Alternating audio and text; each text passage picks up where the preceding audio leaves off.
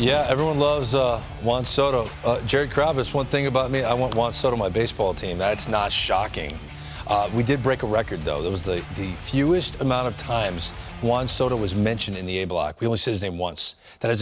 So far, it's a record, Jared, for this offseason, but we're about to shatter that here. Podcast star, MLB Network contributor, Jared Carrabis joins us now on MLB Tonight. Good to see you, my friend. Good to see you. You really think, we'll start there. We're bringing you on because it's Cyber Monday and you like to shop. I've been told you've Grubhub for 2 years. You've Amazon shop forever. You haven't left your house for a very, very long time. So everything about you is online shopping. So you're like a Cyber Monday expert. So, do you really think the Red Sox, your club, will get Juan Soto? Do you like your team's chances?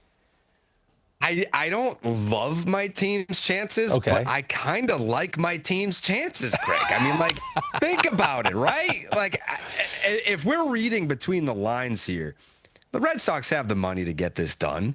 Do they have the fit to get it done? I believe, yes. I believe it's a nice little fit. If you're Juan Soto and you're 26 years old and you're looking at all the boxes that you want to check. I want to build a legacy. He already has a ring. I want multiple rings. Can you do that in Boston? No franchise has done that better than the Red Sox since 2004. So step right up.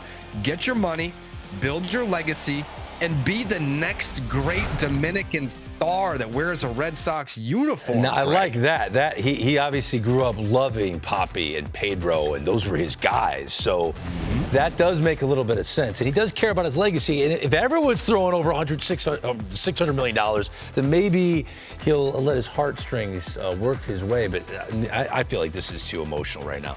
Boston fans don't need to see this. This projected lineup, it just makes them dream and makes them get way too emotional. Roman Anthony, throw his name in there. You know, you've got 6 top 100 guys. Yeah, We're not just talking about the 25 lineup. We're talking about the 2029 lineup and what that's going to look like. Come on, Juan. We know. You're already loved here. You're already a star here. Come on down. You are a Cyber Monday shopping expert for us, Jared. We appreciate you taking the time to do this. So are there any bargain buys out there that you're noticing online? No doubt. Thank you for noting that I don't like to leave my house. That's a fact. I have designed my house to be something that I never have to leave. That's why my podcast studio's here, the gym's here, everything. You're like the Howard Stern of baseball. You just don't leave your house. Why would you? Stay inside. Stay safe. All right. So do you have a player that fits the mold of like a quality buy? I've got 4. I've got 4 for you. Oh, okay. Leading off for me, Sean Manaea. This dude is an ultimate competitor. He's coming off a career high in innings pitched. I know we heard a ton about the arm slot being changed during the postseason run, the magical run for the Mets postseason. Whoever ends up with this guy, know that you're getting a top of the line. Like, we're not going to throw around the term ace with Sean Manaea, but this is an individual that, given where he's at in his career now, I'm comfortable giving him the ball in a game 1 of a playoff series. I am. Like, he's just made himself that kind of guy. Where does he fit? There's plenty of places. I mean, you know where I picture him the most? Milwaukee. I like him as a Brewer, Greg. I think, he's going to get his money. Like, this is not someone that's not going to, he's going to get years. He's going to get dollars. But the Brewers are in a position now where they don't have to break the bank for this guy, and he can slot right in at the top of that rotation. I love that you threw the Brewers out there, because I've been saying a team like the Minnesota Twins, right? A team that's ready to win. They're a playoff team. They've got money invested in the lineup, but they need to do something with the starting rotation to go around with Lopez. So I like where your mind is at. Like, not the marquee teams, maybe like the middle of America clubs. All right, so Sean Manaea is one of your bargain buys. Give me another one. Next guy up, Julio Daniel Martinez, who I know is not a spring chicken, which makes me feel old talking about JD in this way. But there are plenty of teams out there that they're going to look at themselves in the mirror and say, hey, we're not the Dodgers. We're not able to just spend $1 billion every offseason. But JD is a guy that was on his boat down in Fort Lauderdale, contemplating retirement. This is a guy that can still help you. I know the batting average is not JD Martinez, like the OPS was not, but this was an OPS plus last year of 106. He's still better than league average, and I still think he has plenty left in the tank to be able to help one of these teams that They don't have a ton of money. They need an adult in the room. There's teams in there that's like, we need someone that can come in here and change the culture, give us a boost of offense. Cleveland, I'm looking at you. Maybe Pittsburgh. Like, I'm not going to send him to I don't think JD wants to go to a team where he can't win, but I know he wants to go to a team where he can help out. And Cleveland and Seattle, those teams stand out to me. Can I give you a team that I think is the perfect fit for JD Martinez? Please. The team that was the perfect fit when they traded for him before. I think it was 2017. JD Martinez to the Arizona Diamondbacks.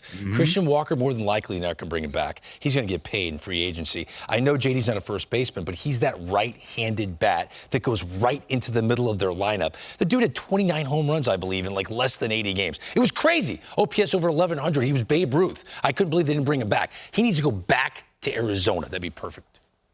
Thank God he didn't go back there, because that changed my life, Greg. I don't think I'd be sitting here today if JD Martinez did not go to Boston in 2018. I forgot. Life looks a lot different. Yeah. All life right. looks a lot different. Okay, so yeah, Sean Manaea, JD Martinez, who else?